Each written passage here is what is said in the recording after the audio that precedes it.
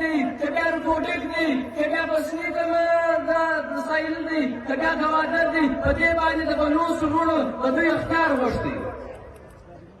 که بیا په سند کې د تر کویله ده که بیا د ده د اوبو برخه ده که بیا د کراچۍ چې کوم رامدن راځي که بیا د کراچۍ چې کوم سایل دی که بیا چې کوم د سند جزیرې دي په دې باندې د سندیانو او د سند د حکومت د دوی اختیار غوښتی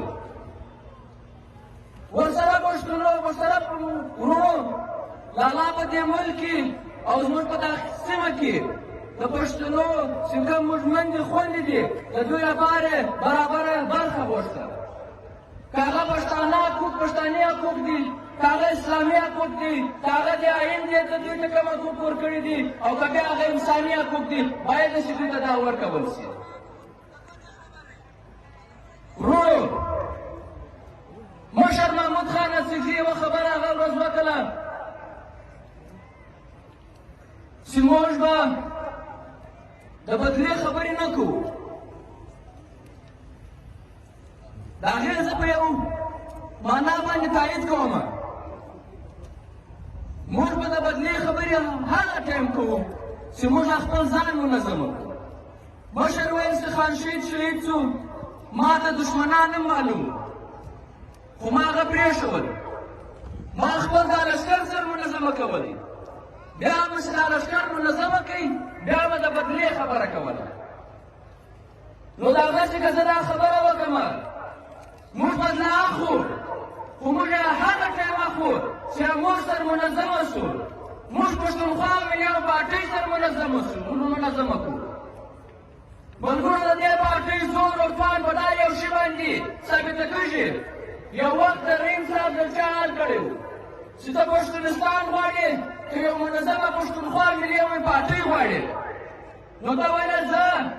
یو منظمه پښتونخوا ملي پارټۍ غواړم دا پارټۍ ما ته پښتونستان هم راکوي دا پارټۍ ما ته هغه عزت او احترام هم راګټلی چې کوم یو د باوقاره یو قام دی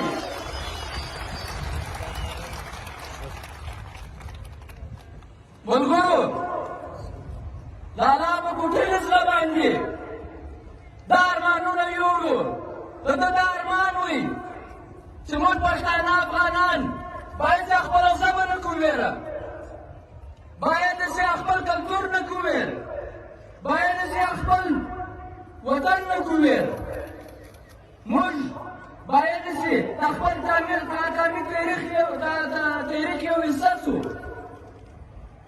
موږ به خپل وطن خوابده کړو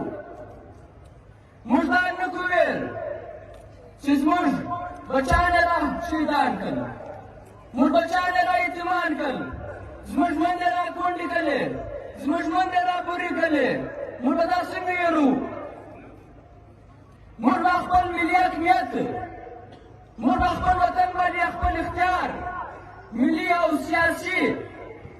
جدوجہد کې برخه واخلو هغه چغې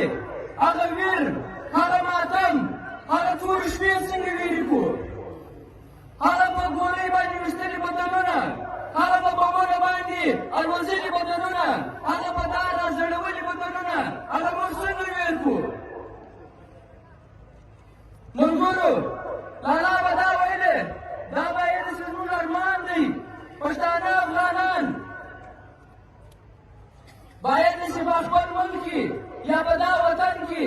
چې کومه ګټه د پښتانه کوم ګټه ده دا خپل د ځان ګټه وشمرو دا خپل د کور ګټه وګڼو بیا به موږ د دا شی ځان ازادولی شو پنجابیه ستا څه خیال دی ته به په ما دا شان ویرې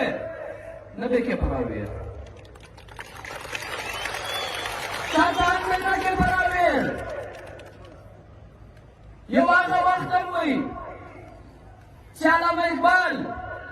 د پاکستان دا خوب هم نه و لیدلی خان شهید عبدالصمد خان اڅکزي په 1919 کې د خپل پاچا استقبال د چمن سټیشن نه تللی و موږ هم دا ټیمن ثابته کړه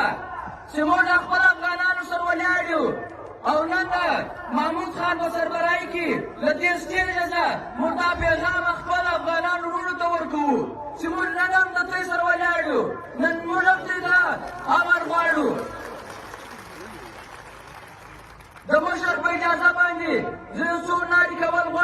دوی به د دې نارې جواب راکواسي. دا موږ د یووالي نارې دي، دا موږ د افغانیت نارې دي، دا موږ د امن نارې دي. نعره تکبیر، نعره تکبیر، نعره تکبیر. ملګرو، خبره دا شی ده چې داسې کوم ظلم اوس هغه د موږ سره نسو وه، داسې کوم اصله وه چې هغه به موږ نسو استعمال، داسې کوم ملک اوس هغه زموږ خلاف نه ودرېدی. نه زموږ علما کرام یې نه کړو، نه زموږ ډاکټران یې نه کړو، نه زموږ وکیلان یې نه کړو، نه زموږ کاروباریان یې نه کړو، نه زموږ عام محنتکشه پښتانه یې نه کړو، نه زموږ میندې یې نه کړې، نه زموږ خویندې یې نه کړې، نه زموږ بچیان یې نه کړو. تر دې ولا زیات څوک به دا سره کوي؟ دوی دا خبره کوي چې شهید عبیدالله کاسې د پیسو لپاره اغوا کړی و. زه دا سوال کوم د دې ریاست نه، ته خو ځان نشې چلولی، ته خو بل په بل باندې کچکول ګرځې، ته دا ترهګران څنګه ساتې، ته دا افغانان دښمنان څنګه ساتې، ته دا جاسوسان څنګه ساتې؟ درنو وروڼو، په دا یو شي به سر خلاصو چې موږ به سره یو کېږو او یووالي په قومي اجنډا باندې به موږ سره یو متفقه کېږو. دا قومي اجنډا به پښتونخوا ملي پارټۍ چې کومه جرګه مشر محمود خان په کونه کې راغوښتې ده، په دې کې به پرېکړه کوي. ټول پښتانه مشران، ټول د پښتانه مشران چې کوم پارټیان دي پښتنو غږ، هغه به سره یو ځای کېږي او بیا دا پرېکړه به کوي چې ذاته به موږ د پښتانه پر قام باندې سودا نه کوو. د هر چا خپله جنډۍ د هر پارټۍ نه سایډ ته کوو، بیا به د یووالي مظاهره کوو. او دغسې زه خپل بلوڅانو وروڼو ته وایم، زه سندیانو ته وایم، زه سراکیانو ته وایم چې خپله قومي اجنډا جوړه کړاسي، یووالی ښکاره کړي، د دې جابر د دې پنجابي خلاف یو اجنډا جوړه کړاسي، سره متفقه ساسي، ورسره وجنګه کړاسي. او بیا دا ټوله محکومه چې کوم خلک دي، دا ټول محکوم وطن د سره راټول شي، د دې جابر خلاف ده، بیا یو محکومه اجنډا جوړه کړي او بیا د ده په سترګو کې د سور ګوتې ورکړي چې زیاته ده نه منمه. ملګرو، د دې ذاتوب، د دې قتل و غارت د وجې نن په پاټا کې پي ټي ایم راپورته شوی دی. د پي ټي ایم مطالبې څه دي؟ پي ټي ایم پښتانه ته ژوند غواړي، روزګار غواړي، امن غواړي، تعلیم غواړي. دی پر دا وجې نه لکوي. د علي وزیر څه ګناه وله؟ څه ګناه ده؟ کومه دا چې غیر عیني خبره کړې ده؟ کومه دا چې د غدارۍ خبره کړې ده؟ نه به زه دا یوه خبره برملا درته وکړمه، په پاکستان کې که د پاکستان د خپلې ادارې لخوا یو سرټیفاید غدار دی، هغه جنرل پرویز مشرف دی، پنجابی دی، فوجي دی، غدار هم دی. او ستا په دا وطن کې په پنجاب کې هره ورځ ته پر یو بل باندې د ګستاخي کیسونه هم کوې. نو مطلب دا دی چې په افغانستان کې کفر نشته، په پاکستان کې اسلام نشته. ملګرو، د وخت کمي ده، د ټولو اخر کې زه د ټول ولس بالخصوص د بلوڅانو، د سندیانو، د سراکیانو، د هزارګانو ډېر قربانۍ کومه چې دوی د لالا په شهادت په سلسله کې، په جنازه کې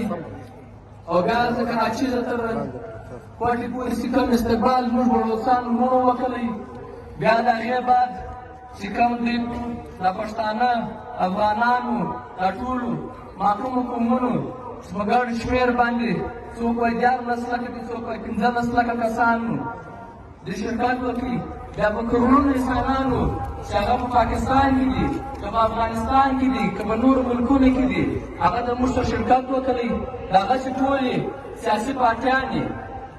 کاغه PMLN دی، کاغه پیپلز پارټي ده، کاغه جمعیت علما اسلام دی، کاغه جماعت اسلامي ده، کاغه د بلوچستان اوس کوم نماینده پارټیانې دي، BNP ده، نیشنل پارټي ده، جمهوری وطن پارټي ده، او دغسې چې بیا کوم د پښتونخوا ملي پارټي کارکونان چې کوم همت او جرأت وکړي او بیا چې په کوم د جلسو په تاریخي جلسو کې چې دوی کوم ګڼ شمېر دوی شرکت وکړي د ابتدایي نټانو د علاقایي نټانو د ټولو ضلعو د ډېر پر ودانۍ کومه او د ټولو ولسانو زه د پارټۍ له طرفه زه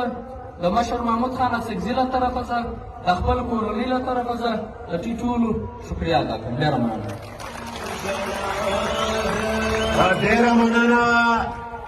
اوس